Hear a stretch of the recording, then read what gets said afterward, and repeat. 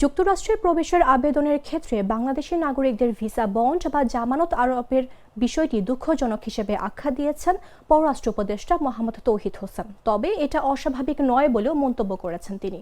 বৃহস্পতিবার পররাষ্ট্র মন্ত্রণালয়ের সাংবাদিকদের সঙ্গে আলাপকালে এই মন্তব্য করেন পররাষ্ট্র উপদেষ্টা। তৌহিদ হোসেন বলেন, আমেরিকা যে সিদ্ধান্ত নিয়েছে সেটা শুধু বাংলাদেশের বিষয় না, অনেকগুলো দেশের মধ্যে বাংলাদেশও আছে।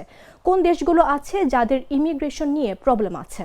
আপনারা আমেরিকানদের কৌশল দেখেছেন, যারা ওখানে ওদের সোশ্যাল সিস্টেম থেকে পয়সা নেয়, তাদের মধ্যে বাংলাদেশিদের সংখ্যা সর্বাধিক।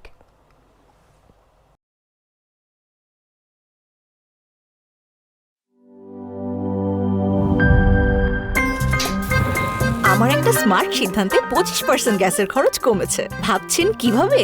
সাধারণ গ্যাস স্টোভ বদলে আমি এনেছি আরএফএল গ্যাস স্টোভ। এর সাইন্টিফিক নজল ও ব্রাস বার্নার ক্যাপ সমানভাবে তাপ ছড়িয়ে রান্না করে দ্রুত, তাই গ্যাসও বাঁচায় 25%, টাকাও বাঁচে 25%। আরএফএল গ্যাস স্টোভ নিরাপদ ও গ্যাস সাশ্রয়ী।